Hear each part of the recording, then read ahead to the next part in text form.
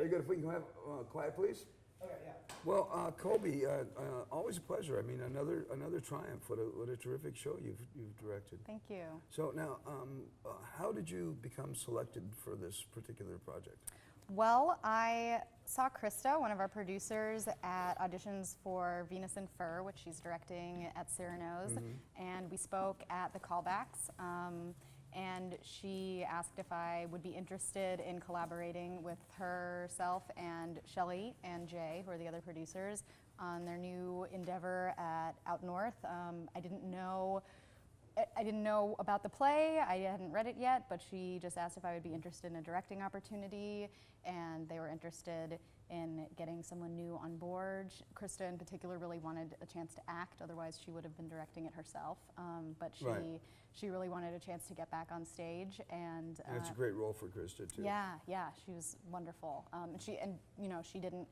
There was no pre-casting, so I was just given the opportunity to audition a bunch of folks, and so the producers gave me this great opportunity as a young new director. Well, yeah. And here we are. So lean back just a little bit so we see more of your face looking at me. Okay. There we go. There's pillows. Awkward. That is an awkward pillow.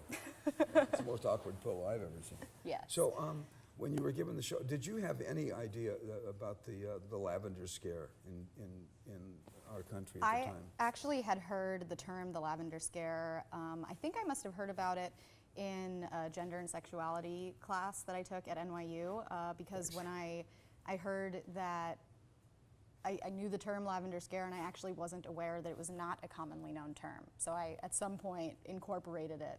And I didn't realize that it had been something that was so completely swept under the rug in history classes, because I was fortunate to take a class that did address it. Oh, really? So, yeah, and I mean, that's just the beauty of going to a liberal college like NYU.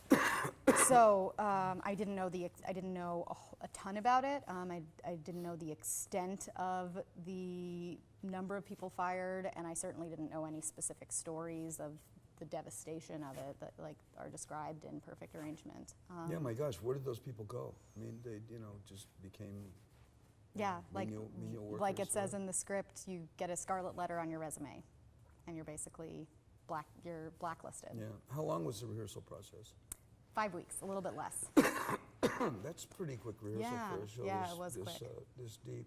Yeah, we had the actors get off book real quickly, because we knew that with heavy material like this and also comedy with quick comedic timing, you need to really know your lines so that you can get up and moving as quickly as possible. And the actors were great about that. They went along with it, and they learned their lines as fast as they could, and so we were able to get them up and moving, and it was really, really a blessing having being able to rehearse in the space that we were performing in. That's always great. Yeah. Out North was very generous. Yeah, it doesn't happen often in Anchorage that you actually get to rehearse the whole show in the place where you're going to stage it. That's, what a luxury that is. Yeah, definitely. Yeah. So now you ended up with a terrific cast. I mean, Thank you. These people just, the best compliment you can pay to a director is the cast was uniformly excellent. Right.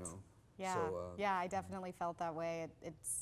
As I've told the cast the last few nights, as we had our final rehearsals and after the show tonight, everyone is doing lovely work, and both individually and when they're really connecting with each other. And I don't think I will ever get tired of watching the show, which is always a nice feeling. Sometimes you get to the end of a rehearsal process and you feel like you're still enjoying it, but you feel like you've seen it many times. And in this case, it feels fresh and honest and exciting every time I watch it.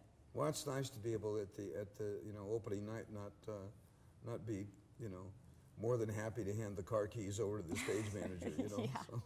Yeah. So, So the cast in rehearsing them, you had all this time here, and you could just work the nuances with them.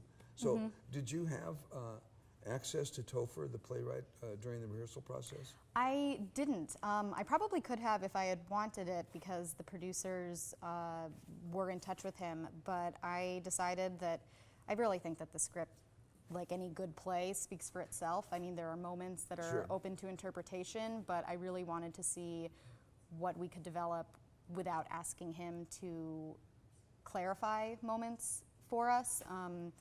Having in college worked on a little bit of new work with my classmates, I know the advantages of asking playwrights to clarify moments, and I also know that sometimes it's nice for a playwright to just see what choices actors and directors make just using the script to speak for itself. And from having spoken to Topher tonight after the show, I feel like we made good choices and we interpreted the play the way he wanted us to. Well, that's great, because the play is solid. It wasn't like it needed workshopping. Yeah, it's such a good play. Yeah.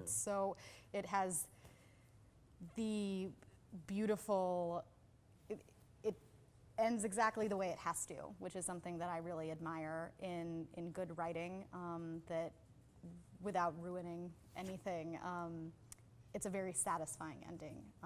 And regardless of how you feel about the end, it couldn't really happen any other way. No, I felt when it happened, I said, yeah, it really did have to end like that. Yeah. Yeah. And you'll have to see the play to see what we're talking about. Anything else you want to add about this, Colby? Just that it's been a real privilege of mine to work on. I mean, it's the West Coast premiere of a show. It's the first show for this company. It's the first show for Out North since it's reopened, and it's really been a pleasure. I feel, I feel very lucky, and I hope that everyone who sees this comes and watches the show, because it really is a great piece of theater, I think, on the page and on the stage, and people will be sad to miss it, I think. So they should see it. Thank you so much for the great show tonight. Thank you, and for Ron. sharing your time with us. Thank you.